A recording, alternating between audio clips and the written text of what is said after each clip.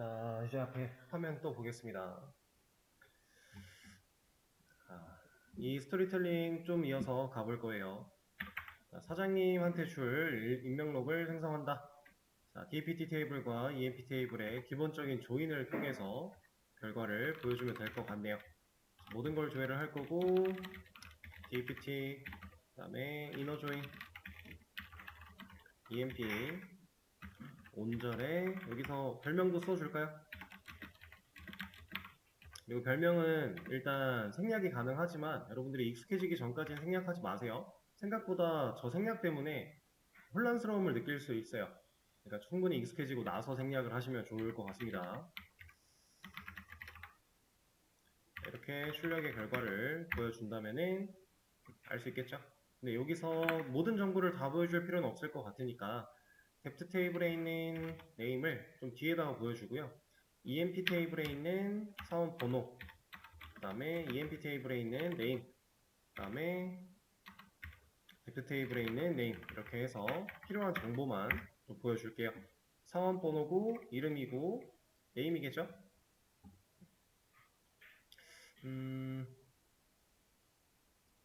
근데 여기서는 이 스토리텔링을 따라가려면 사실 이 조인을 여기서 하면 안 되거든요. 여기서 하는 게 아니라 여기서는 그냥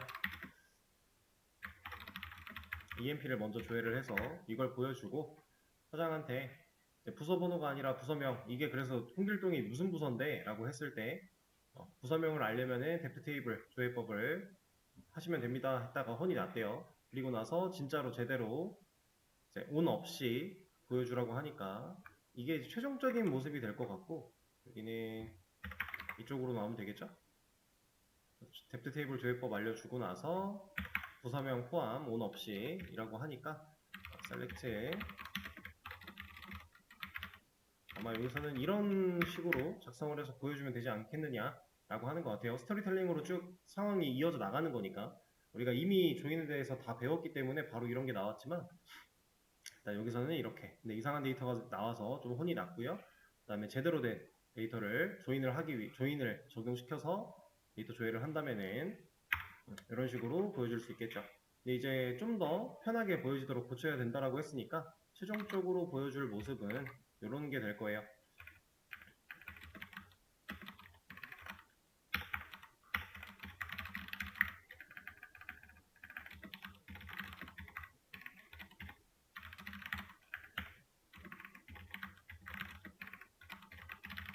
이렇게 여기까지 해준다면 사장한테 익명록으로 보여줘도 문제가 없겠죠?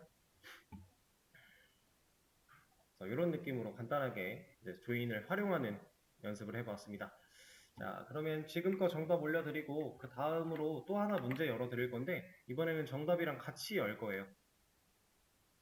문제를 풀어볼 게 아니라 그냥 개념을 알아야 되는 부분이라서 아이고. 새로 고침해보시면 방금 거 정답 올라왔고 그 밑에 sum, max, min, count 이런 거 밑에 정답이 올라왔을 겁니다. 두 번째 문제 정답 열어볼 거고요. 이거 정답 보면서 그냥 같이 진행할 거예요.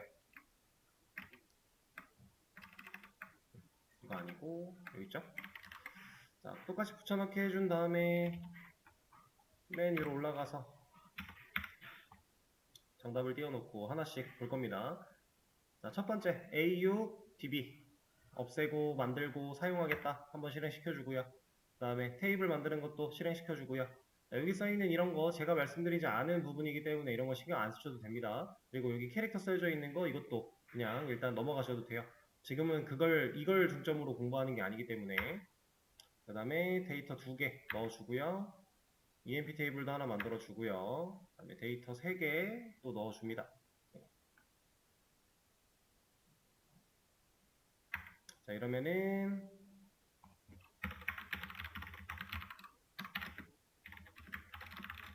아까보다 조금 더 디테일하게 부서 테이블 하나 만들어줬고 조금 더 디테일하게 사원 테이블 만들어줬겠죠. 자, 이 상태로 이제 집계함수에 대한 공부를 해볼 거예요. 자, 여기서 지금 나오고 있는 sum, max, count 이런 녀석들이 다 집계함수에 해당하는 녀석들인데 데이터베이스에서 이제 집계함수라고 하면은 얘는 진짜 말 그대로 집계를 내는 함수예요. 집계를 낼 수 있게 기능이 만들어져 있는 걸 우리가 불러다가 쓰는 걸 의미합니다. 근데 이 집계 함수들은 공통된 특징이 하나가 있어요. 데이터베이스에서 집계 함수를 다룬다라고 하면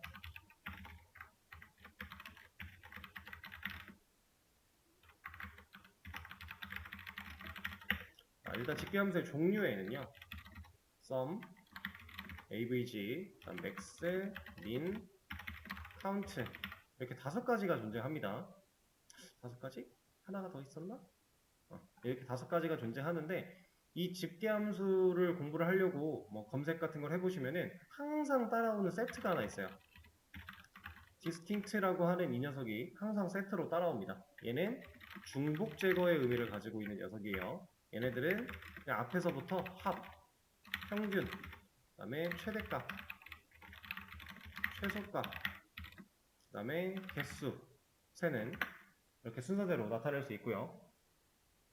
이렇게 데이터베이스에서 집계함수를 쓴다라고 하면 이렇게 5가지와 디스팅트까지 이게 가장 일반적인 녀석들인데 얘네들은 이미 다 만들어져 있는 녀석들이라서 우리가 활용하는 방법만 알면 돼요.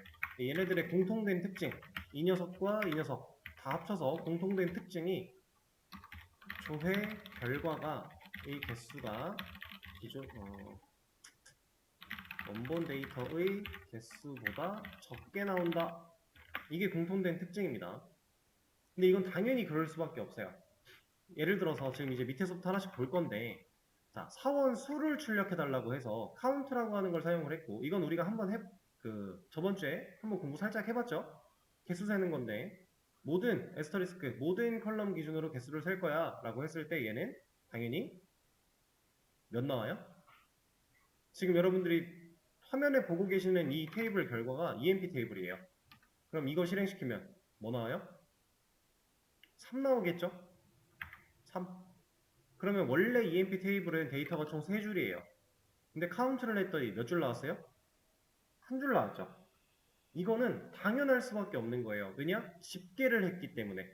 집계라고 하는 건 여기 써 있는 거 합, 평균 이런 걸 연산을 해서 구해내게 되면은 여러 줄의 데이터가 가지고 있는 정보들을 가지고서 하나의 결과를 만들어내는 거잖아요. 그러니까 당연히 데이터는 개수가 달라질 수밖에 없어요. 많아질 수는 없겠죠. 당연히 적어질 수밖에 없습니다. 자, distinct 이 녀석도 중복 제거라서 얘도 개수가 줄어요. 중복된 게 하나라도 있다면 없애줄 거니까. 이런 것들 이게 공통된 특징이고요. 자, 그래서 이 개념 때문에 사실 집계함수는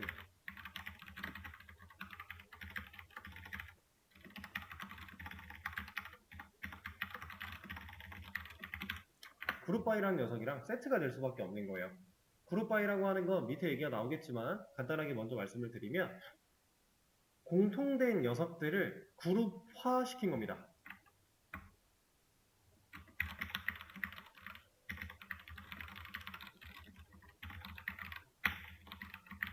그룹화라고 하면 여러 개를 하나로 묶었다의 의미예요. 그게 그룹 바입니다. 왜냐하면 집계함수 때문에 전체 데이터의 개수가 줄었을 거고 그렇게 줄게 되면 우리가 올바른 출력 결과를 보여줄 때 난감한 상황이 생길 거니까 그때 이제 그룹 바이를 사용해서 그룹화를 진행을 하자. 그래서 개수를 맞춰주자 라고 하는 거예요. 이건 이제 밑에 얘기가 나올 거니까 내려가 볼게요. 일단 사원수 출력하면 개수 3개 나오고요. 그 다음 가장 큰 사원 번호. 그래서 맥스인데 ID 컬럼 사원 번호를 따질 거니까 최대값을 구하는 거예요. 이 ID 컬럼이 가지고 있는 값 중에서 최대값. 그래서 3이 나오겠죠. 그 다음에 셀러리, 급여죠. 가장 높은 급여를 가지고 있는 최대값. 사원 테이블에서 가장 큰 애, 6천이라고 하네요. 맞는지 확인을 해볼까요? 보면 셀러리가 5천, 6천, 4천인데 가장 큰 녀석은 6천이 맞죠? 이렇게 가장 저액, 가장 작은 건 4천이겠죠? 4천 나올 거고 그 다음에 회사에서 1년 고정 지출 인건비 이거는 이제 급여의 총 합을 구하면 되겠죠? 사원이 3명인데 4천, 6천, 5천 이렇게 있었으니까 합을 구하면 15,000 나오겠네요. 그 다음에 여기서부터가 이제 그룹바이가 사용되는 부분입니다. 부서별이라고 하고 있어요. 왜 부서별이냐면 자, 일단 그룹바이를 쓰지 않고 이만큼만 실행을 시켜보면 얘는 결과가 이렇게 나와요. 자, 지금 얘는 데이터가 어떻게 되어 있는 거냐면 어떻게 되어 있는 거냐면 원래 EMP 테이블의 데이터가 몇 줄? 3줄이죠. 컬럼줄까지 해서 이렇게 데이터는 총 3줄입니다. 그리고 지금 2가지만 보여주고 있으니까 이렇게 볼게요. 여기가 이제 depth id, 그 다음 여기가 합계 셀러리 이렇게 나타났다고 하면 depth id는 1번, 2번, 3번이 있을 거예요. 아니지. 1번, 2번, 3번이 아니라 사원 테이블에 depth id라고 하는 결과는 이거는 그림을 지울 수밖에 없겠네요. 사원 테이블에 있는 depth id는 1과 2가 있어요. 데이터가 총 3줄인데 1, 1, 2 이렇게 있습니다. 자, 여기가 지금 5,000이고요. 여기가 6,000이고요. 여기가 4,000이에요. 지금 여기 부분을 제가 적은 거죠, 이렇게. 자, 이렇게 봤을 때 부서별이라고 했으니까 부서별이라는 얘기는 1번 부서에서는 총 11,000을 사용할 거고 2번 부서에서는 4,000을 쓰겠구나. 이걸 보고 싶은 거죠. 이걸 보고 싶은데 썸이라고 하는 이 집계함수 때문에 이 녀석 때문에 결과가 한 줄 나왔어요. 15,000. 그러니까 셀러리 총합이죠. 급여에 대한 총합. 그러면 지금 이걸 그림으로 표현을 해보자면 사실상은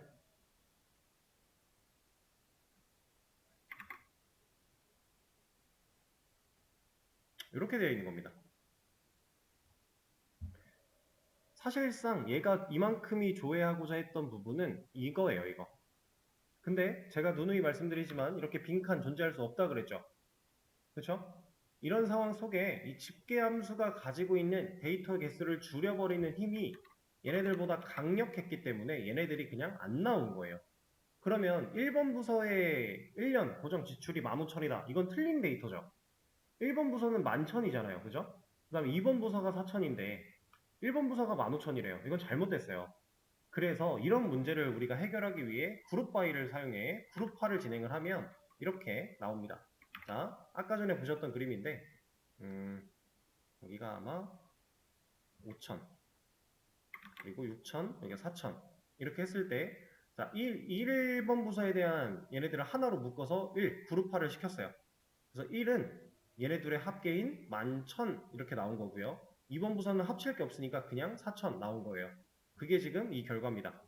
그래서 그룹화를 진행을 한다는 건 집계함수 때문에 줄어든 그 데이터의 개수를 우리가 그룹화를 통해 올바른 곳에 가서 사용할 수 있게끔 맞춰줬다라고 보시면 돼요.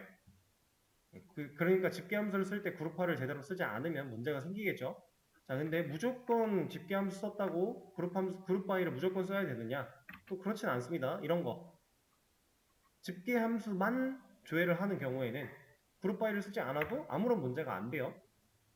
근데 이제 집계함수를 사용하지 않은 컬럼 이런 녀석이 하나라도 조회가 된다면 그룹 바이라고 하는 이 부분은 필요하다. 이렇게. 그래서 부서별 최고 연봉 얘는 부서별 최고 연봉 맥스 샐러리니까 1번 부서는 6,000, 2번 부서는 4,000 나오면 되겠죠?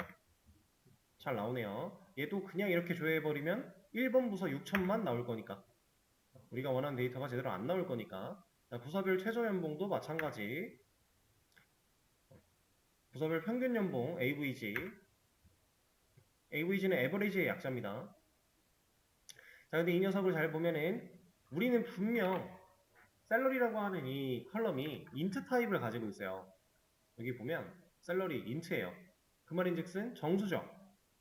그러면 평균을 구할 때 어쨌든 정수 더하기 정수 나누기 정수를 할 텐데 인트 더하기 인트 왜냐면 총 평균이라고 하는 거는 총합을 구한 다음에 나누기 개수니까요. 그죠? 그래서 이렇게 계산을 할 텐데 예를 들어서 그럼 지금 5,000 더하기 6,000 나누기 2겠죠? 요걸 하고자 한 건데 소수점이 4자리나 나왔어요. 그죠? 분명 5,500은 소수점이 안 나와도 되는 딱 나누어 떨어지는 녀석이었는데도 불구하고 4자리가 나왔고 심지어 이 두 번째 거 4,000은 더하고 나누는 과정을 아예 안 했을 텐데 소수점 4개가 나왔어요. 이건 왜 나올까요? 에버리지라고 하는 이 평균을 구하는 녀석은 당연히 나누어 떨어지지 않는 경우도 있겠죠. 그러면 그때를 위해서 소수점 4개가 기본으로 세팅되는 겁니다.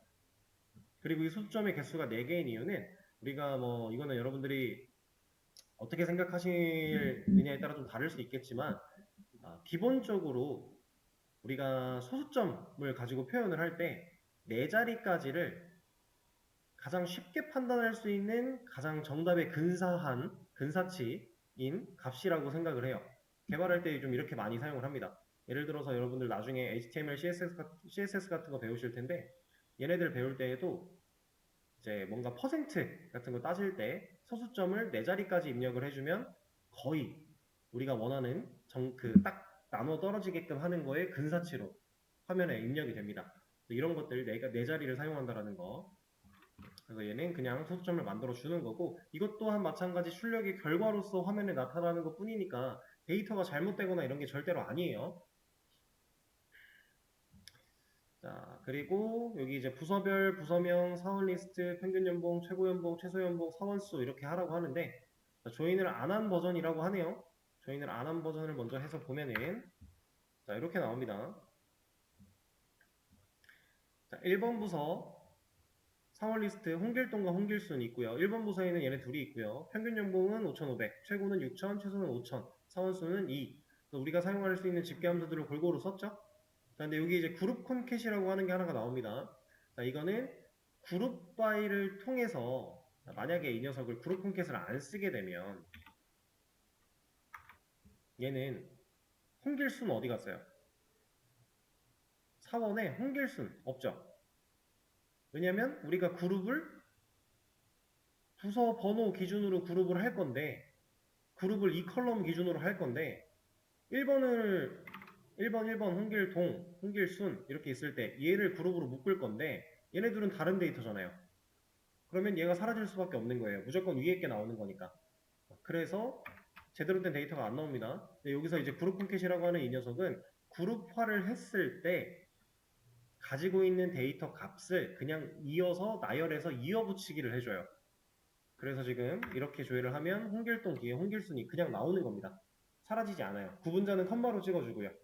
이거는 그룹 함수에서 사용할 수 있는 그런 녀석 중에 하나인데 애초에 MySQL이 가지고 있는 concat 이라고 하는 함수가 이런 기능을 가지고 있어요.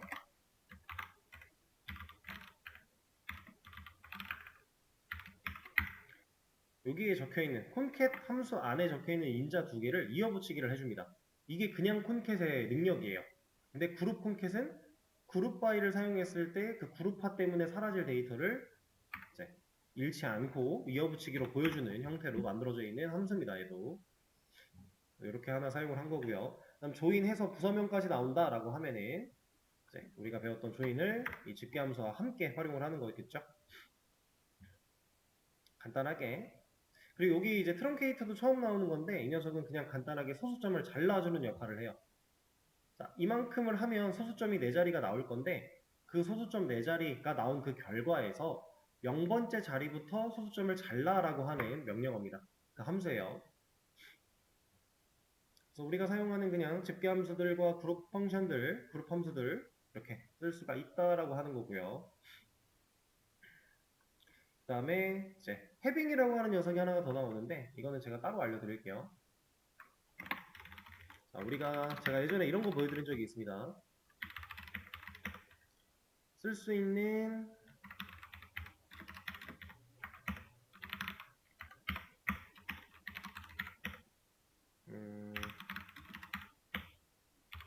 셀렉트를 할 때 사용할 수 있는 여러 가지 명령어들에 대해서 그 절들에 대해서 말씀드린 적이 있었는데 자, 셀렉트 우리 배웠고요. from도 배웠고 join on 배웠습니다. 웨어절도 조건이라는 거 배웠죠. 그럼 그룹 바이 지금 배우고 있는데 밑에 있는 이 having 얘가 뭐냐면 얘도 조건이에요. 조건.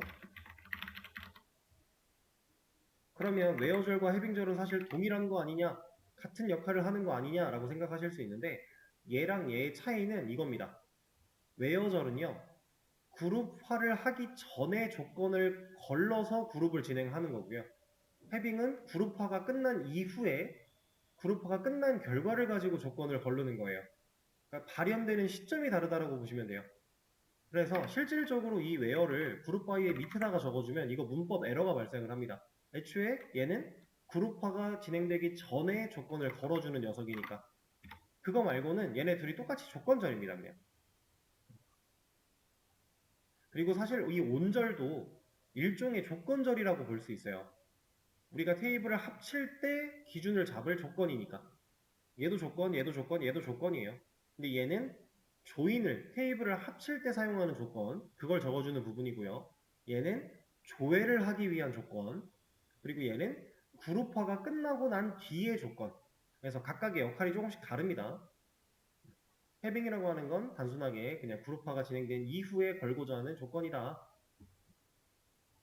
그리고 지금 보시면은 이 earliest 별명에 사용된 부분이 해빙절에 사용이 가능하죠. 이런 것도 돼요. 그리고 맨 마지막에 유니온 어쩌고 나와 있는데 이거는 뭐 크게 신경 안 쓰셔도 괜찮습니다. 유니온이라고 하는 거는 제가 저번에 한번 간단하게 안내를 드렸으니 실질적으로 활용할 일이 그렇게 많지가 않아요. 자, 이렇게 해서 집계함수는 사실 되게 간단한 부분이기 때문에 정답을 보면서 좀 빠르게 훑어봤고요. 사용할 수 있는 개수 세고, 최대값, 최소값, 합계, 평균 이런 것들, 그리고 그걸 썼을 때 내가 집계함수를 사용하지 않는 컬럼을 하나라도 조회를 해야 된다면 이제는 그룹 바이를 사용해서 올바른 데이터를 끄집어낼 수 있는 능력이 필요하다. 이런 개념이었습니다. 자, 얘는 여기서 마무리할 거고요.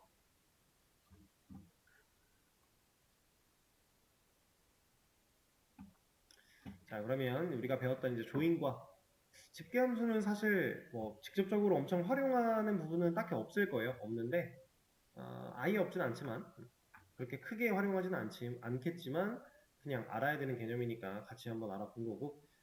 자, 이제 다시 코드로 돌아와서 새로운 걸 좀 진행을 할 겁니다. 이거 잠깐만요. 자, 이제부터 해볼 건 뭐냐? 제가 새로운 아니다. 클래스를 몇 개 만들고 코드를 복사해서 붙여넣기 할 겁니다. 자, 만들 클래스들은 dbutil이라는 녀석 하나랑 secure sql이라고 하는 녀석 하나랑 그 다음에 sql error exception 이라고 하는 클래스 하나에서 총 3개의 클래스를 만들어 낼 거예요. 그리고 얘네들을 제가 코드를 그냥 어딘가에서 가져와서 붙여넣기를 진행을 할 겁니다. 자, 이거는 왜를 생각할 필요가 없어요. 왜 갑자기 저런 걸 만들고 가져와서 붙여넣기를 했고 제가 여러분들한테 당연히 공유를 드릴 거거든요. 근데 이거에 대해서 제가 설명드리는 부분 외적으로 왜라는 의문을 가지실 필요가 딱히 없습니다. 딱 제가 설명드리는 정도만 생각해 주세요. 나머지는 여러분들이 직접 분석을 해보려고 해도 사실 쉽지는 않을 거고요. 하실 수 있는 분은 충분히 하셔도 되겠지만 큰 의미 부여를 안 하셔도 괜찮다.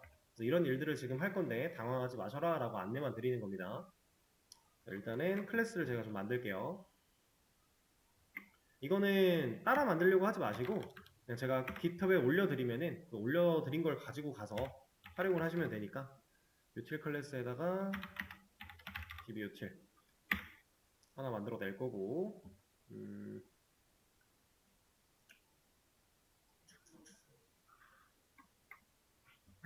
그다음에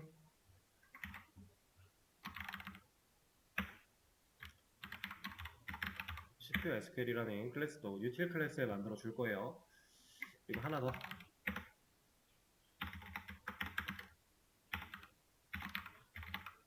exception이라는 패키지에다가 SQL error exception 이라고 하나 더 만들어 주겠습니다. 자, 그리고 코드를 가져와서 붙여넣기를 제가 진행을 할 겁니다.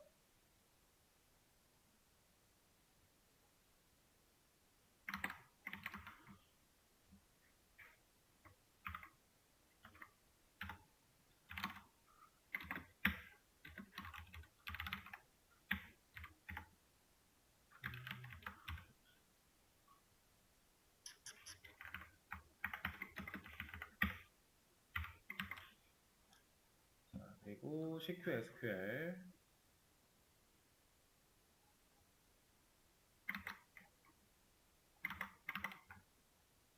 SQL error exception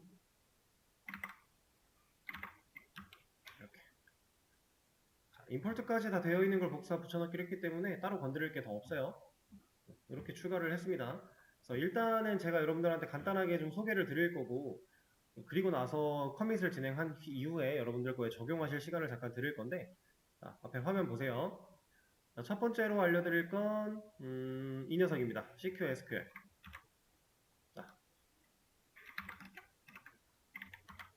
이 녀석부터 말씀을 드리도록 하죠. 자, 얘는 제가 지금 SEC SQL이라는 이름으로 만들어 놓고서 계속 Secure SQL이라고 읽고 있어요.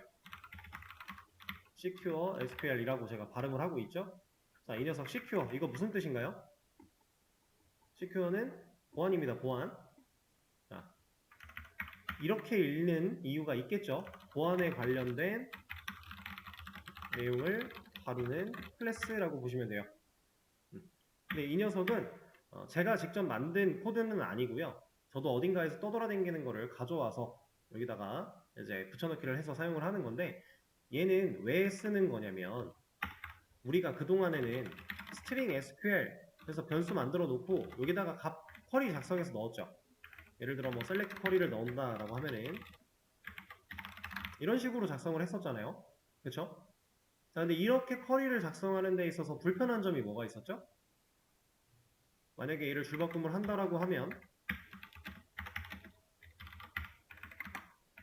여기를 꼭 띄어쓰기를 해줬어야 되죠. 이거 안 하면 이어붙이기 때문에 from이 이 뒤에 와서 바로 붙을 거니까 이런 거 우리가 신경을 썼어야 돼요. 그죠? 자, 근데 CQSQL 이 녀석을 사용하면 이런 거 신경 안 써도 돼요. 그러니까 쿼리를 작성하기 위해서 이런 클래스를 사용을 할 건데, 우리가 스트링 타입으로 문자열 타입으로 만들던 쿼리보다 한층 더 보안적인 기능이 업그레이드된 쿼리를 작성을 할 거다라고 생각을 하시면 되고요. 그러다 보면 이런 띄어쓰기 하나 이런 것들에 대해서 조금 덜 신경을 써도 괜찮다, 그런 목적입니다. 근데 사실상 이 목적보다는 이제 진짜로 그래서 어떤 보안을 해결할 수 있는지 그거를 좀 알려드릴 건데, 자, 우리가 그동안 해왔던 방식대로 스트링 타입으로 SQL을 만들어서 쿼리를 작성을 하면 어떤 문제가 있냐면요. 예를 들어 여러분들이 이제 멤버 테이블을 만들어 놓고 여기다가 회원 정보를 넣어 놓은 뒤에 로그인 기능을 만들었다라고 가정을 해볼게요. 자, 로그인을 하기 위해서 우리가 어떤 식으로 데이터 검증을 해야 되죠?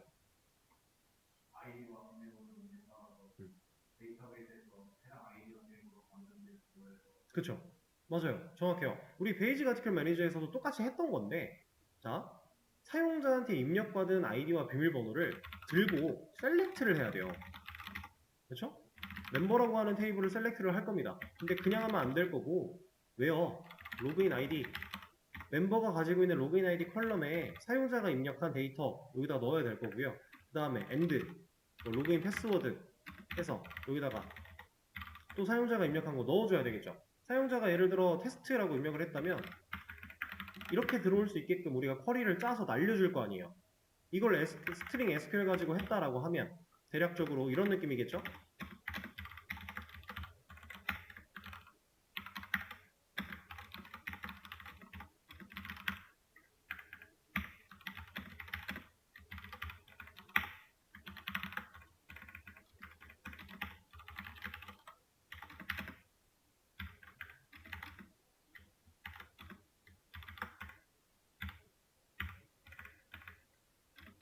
여기에 사용자가 입력한 걸 변수에 담아서 이런 식으로 넣어주겠죠?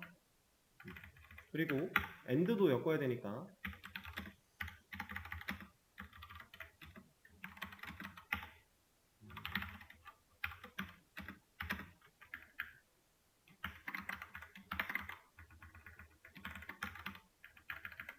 이렇게 쿼리를 짤 것 같아요. 그죠?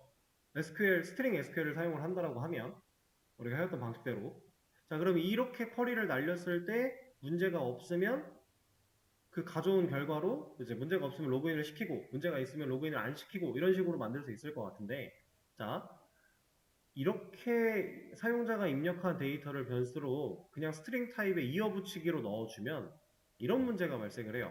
제가 예를 들어 로그인 아이디에다가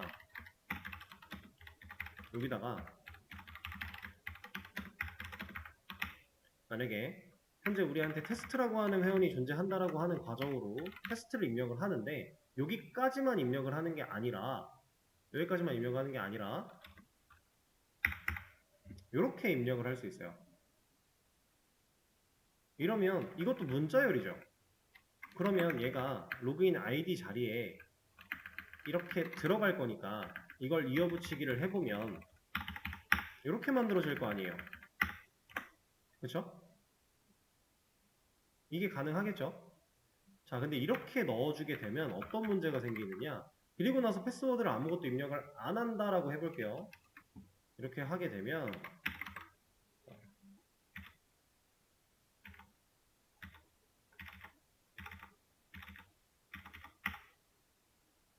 패스워드 부분에는 아무것도 입력이 안 됐으니까 쿼리가 이렇게 끝나겠죠?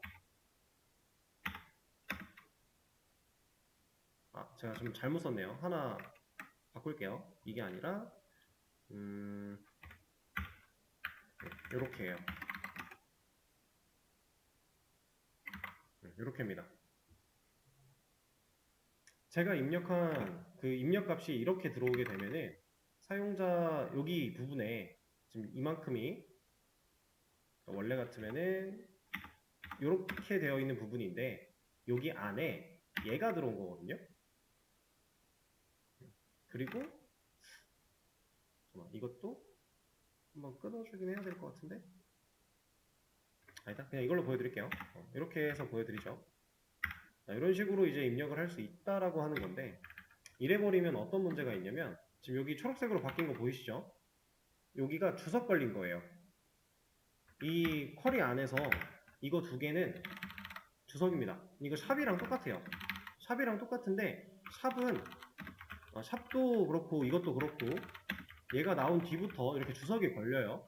그럼 이 상태에서 쿼리가 이렇게 실행이 됐다라고 하면 로그인 아이디가 테스트가 맞으면 얘는 결과를 가져와요. 그럼 문제가 생기겠죠. 데이터가 조회한 결과가 있으면 로그인을 시킬 건데 아이디만 있으면 조회가 가능해요. 그럼 로그인이 가능해요. 여기다가 아무것도 입력을 안 해도 지금 이게 가능해진다는 거예요. 여기다가 테스트 입력하고 뭐 이런 식으로 해서 이렇게 쿼리를 이렇게 이 아이디를 입력하고 여기를 비워놓고 로그인을 누르면 테스트라는 회원으로 로그인이 된다는 겁니다. 우리가 이걸 사용하면 이렇게 될 수밖에 없어요. 왜냐? 문자열은 그냥 이어붙이기가 될 거니까. 그래서 실제로 절대로 이런 정보들을 그냥 일반적인 스트링 가지고 그냥 날리면 안 돼요. 여러분들 지금은 우리가 이런 스프링 프레임워크를 사용하지 않는 상황이니까 이런 녀석을 안 쓰고 있어요. 근데 나중에는 이런 마이바티스라는 녀석을 쓸 거예요. 근데 얘가 알아서 저런 보안을 다 해줘요. 그래서 그때는 생각을 안 하게 되겠지만 지금은 이런 녀석을 안 쓰고 있는 상황이기 때문에 그냥 문자열로 이어붙이기 한 쿼리를 우리가 날려버리면 문제가 생길 수 있다. 그러면 이 문제를 해결하기 위해서 이걸 해결하기 위해서 우리가 이런 특수문자라든가 아니면 뭐 이런 거라든가 얘네들을 입력받지 못하게끔 막아야 돼요.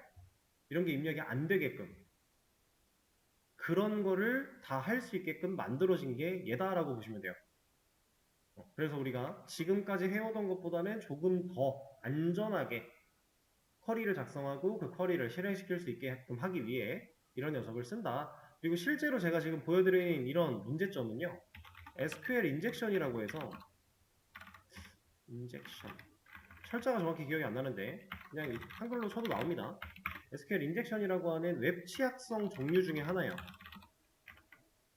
웹 취약성이라는 건 뭐냐? 우리가 웹을 만들어냈을 때 이 웹이 가지고 있는 약한 부분들에 대한 걸 의미한다라고 보시면 돼요. 웹 취약성. 그래서 우리가 항상 개발을 하면 취약성 검사를 해야 되고요. 취약성 검사를 통해서 뭔가 이 부분은 위험해 라고 판단이 된 부분이 있다면 수정을 해줘야 돼요. 근데 이 웹 취약성이라는 녀석이 종류가 되게 많아요. 많은 종류의 검증 항목들이 있어요. 우리가 일일이 개발하면서 다 신경 쓸 수 없겠죠. 그래서 실제로 개발하면서는 아주 기본적인 것들을 제외하고는 신경을 안 쓰고 개발을 해요. 그리고 서비스 실제 운영을 하기 전에 이 검사를 통해서 한번 검진을 받고요. 그 결과 문제가 있는 부분을 재수정해서 서비스를 하는 편입니다. 실질적으로 SI 업체들이 대부분 이렇게 일을 많이 해요. 그래서 그 종류 중에 하나인 SQL 인젝션이라고 하는 이러한 방식이었습니다. 이거는 이제 취약점을 인지한 사용자가 빈틈을 파고들어서 데이터베이스를 조작하거나 손상시키는 행위를 할 수 있게끔 이어지는 공격 방식입니다. 얘는 SQL 인젝션. 그래서 우리는 이런 것들을 좀 주의를 해야 된다. 이거는 여러분들이 한 번쯤은 웹 취약성에 대해서 검색을 해보시면 좋고요. 그 많은 종류들을 보시면서 그냥 이런 거구나 한번 훑어보는 정도. 그래서 얘를 어떻게 고쳐야 되는데 이런 것까지는 지금 신경 쓰지 마시고 그냥 훑어보는 정도로 한 번쯤 시간을 가져보시면 좋을 것 같습니다. 어쨌든 이런 문제가 있다. 그래서 우리는 SQL, CQ SQL을 사용하면은 그런 문제를 해결할 수 있게끔 해준다. 이 안에 뭐가 되게 많은데요. 이거 별로 신경 쓰실 필요가 전혀 없어요. 얘를 어떻게 쓰는지 제가 알려드릴 거니까 그 사용법 정도만 인식을 하시면 돼요. 자, 그리고 SQL 에러 익셉션 이 녀석은 그냥 단순하게 에러에 대해서 익셉션 처리를 클래스로 빼놓은 거예요. 이걸 빼놓고 우리가 이제 이걸 사용을 하게 되면 여기서 하고 있는 이런 녀석을 할 필요가 없어집니다. 그리고 여기서 이걸 하는 이유가 직접적으로 자원을 사용해서 쿼리를 실행시키기 때문인데 이제 우리가 직접 실행시키지 않을 거예요. 이렇게 바로 자원을 사용해서 직접 실행시키는 행위를 메인 이런 데서 하지 않을 겁니다. 어떻게 바뀔 거냐면 이 dbutil이라고 하는 이 녀석을 사용해서 변화를 줄 거예요. 자, 얘는 dbutil 이 녀석을 잘 보시면 자, 일단은 요거부터 한번 볼까요? 이거 어디서 많이 보던 거 아닌가요? prepared statement랑 result set이에요. 얘는 쿼리 조립하고 쿼리를 날리기 위해 필요한 녀석이었고 그다음 result set은 결과를 받아오기 위해서 필요한 녀석이었죠? 그게 지금 여기서 쓰이고 있습니다. 그리고 이 메서드의 이름은 select rows예요.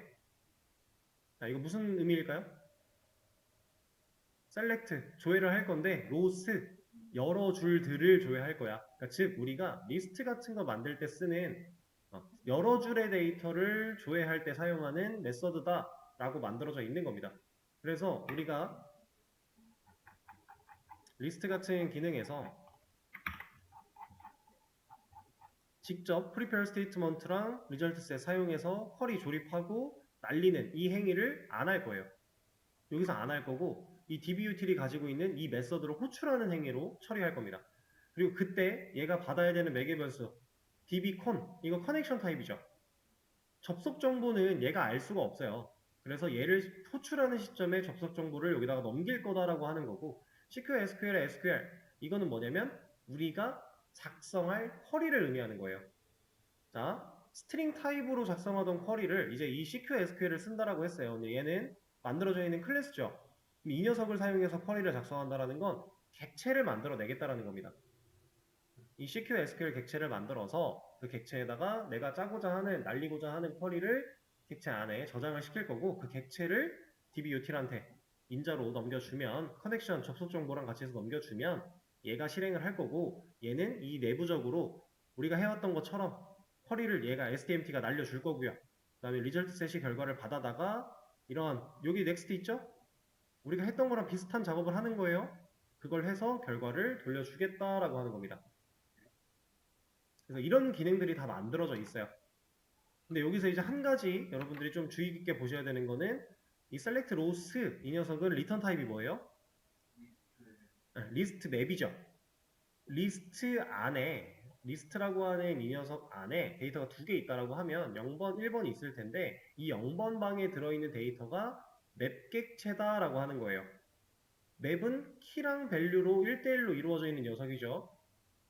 그래서 맵 객체가 리스트에 담겨서 넘어올 거야. 그럼 우리는 이렇게 넘겨받은 녀석을 우리가 사용하기 쉽게끔 압축을 한번 풀어야겠죠?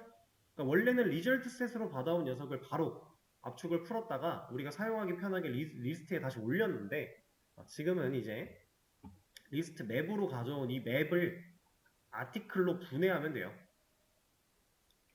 압축을 풀어내서 그 압축을 풀어낸 걸 가지고 아티클로 재조립을 하는 걸 리절트 셋 가지고 할 거냐, 이 안에 담겨있는 맵 가지고 할 거냐, 그 차이예요. 그래서 맵이라고 하는 거 우리가 앞으로 이제 활용을 하게 될 것이다 라고 하는 겁니다.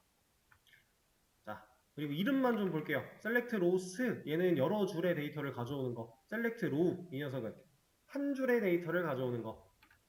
그 다음에 밑으로 좀 내려가서 select row int value, 얘는 한 줄의 데이터를 가져올 건데 value가 정수라는 거예요. 우리가 modify 같은 거 할 때 게시물이 있나 없나를 따져보기 위해서 select 쿼리 한번 날린 다음에 이 결과 아티클이 비었냐 비어있지 않냐를 따졌죠. 근데 이제는 진짜 여기다가 카운트 같은 거 사용해서 이 결과가 있는지 없는지 확인해 볼 수 있다라는 겁니다. 그러면 이 select row int value 같은 거 쓸 수 있다는 얘기고요. 그 다음 select row string value, 얘는 데이터가 있으면 문자열, 없으면 어떤 공백, 이런 식으로 해서 데이터를 가져와서 문자열 밸류로 사용을 할 수 있게끔 만들어주는 거. select row 불림 밸류, 이것도 마찬가지 조회를 한 결과를 불림 타입의 데이터로 활용할 수 있게끔 만들어져 있는 거. 그 다음 insert, 얘는 insert 할 때, 그 다음에 update, 얘는 update 할 때, 그 다음에 delete, 얘는 delete 할 때. 자, 그러면 insert, update, delete는 간단하게 하나씩 있는데 select만 종류가 좀 많죠? 실질적으로 select 쿼리가 좀 더 활용 범위가 넓기 때문에. 그리고 delete 같은 거 보시면 어차피 하는 일은 업데이트예요. 여기 delete라는 메서드를 호출해 봤자 실행하는 거는 업데이트입니다. 그리고 이렇게 생긴 게 위에 또 있어요. 우리가 select row를 호출을 하면 결국 하는 일은 select rows예요. 여기.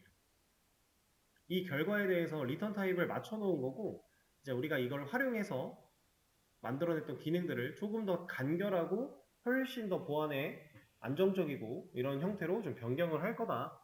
그리고 하나씩 적용을 해 나가면서 이 녀석이 그래서 어떤 일들이 이루어지고 얘네들이 그런 일이 이루어졌을 때 우리는 어떤 결과를 예측할 수 있고 이런 거는 필요에 따라 안내를 드리기도 할 겁니다. 일단 오늘은 딱 얘네들이 왜 지금 갑자기 얘네들을 불러왔는지, 그리고 얘네들이 뭘 뜻하는지 정도만 안내를 드렸어요. 그래서 이거 커밋 남겨 드릴 거고요. 여러분들이 직접 본인 코드에 옮겨서 적용을 다 시켜 놓으셔야 돼요. 그래야 다음 수업에서 진행을 할 때 같이 할 수 있으니까 일단 커밋부터 좀 남겨 드리도록 하죠.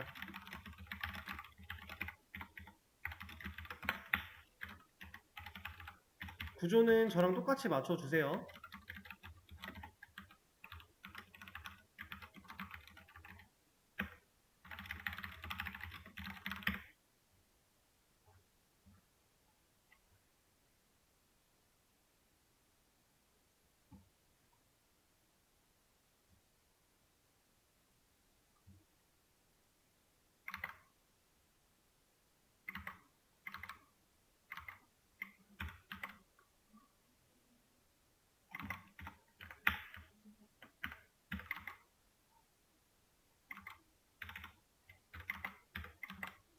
수업 페이지 새로 고침해 보시면은 지금 올라갔을 겁니다. 여기 작업 8로 올라갔으니까 이거 확인해 보시고 지금 바로 적용시켜 보시면 돼요.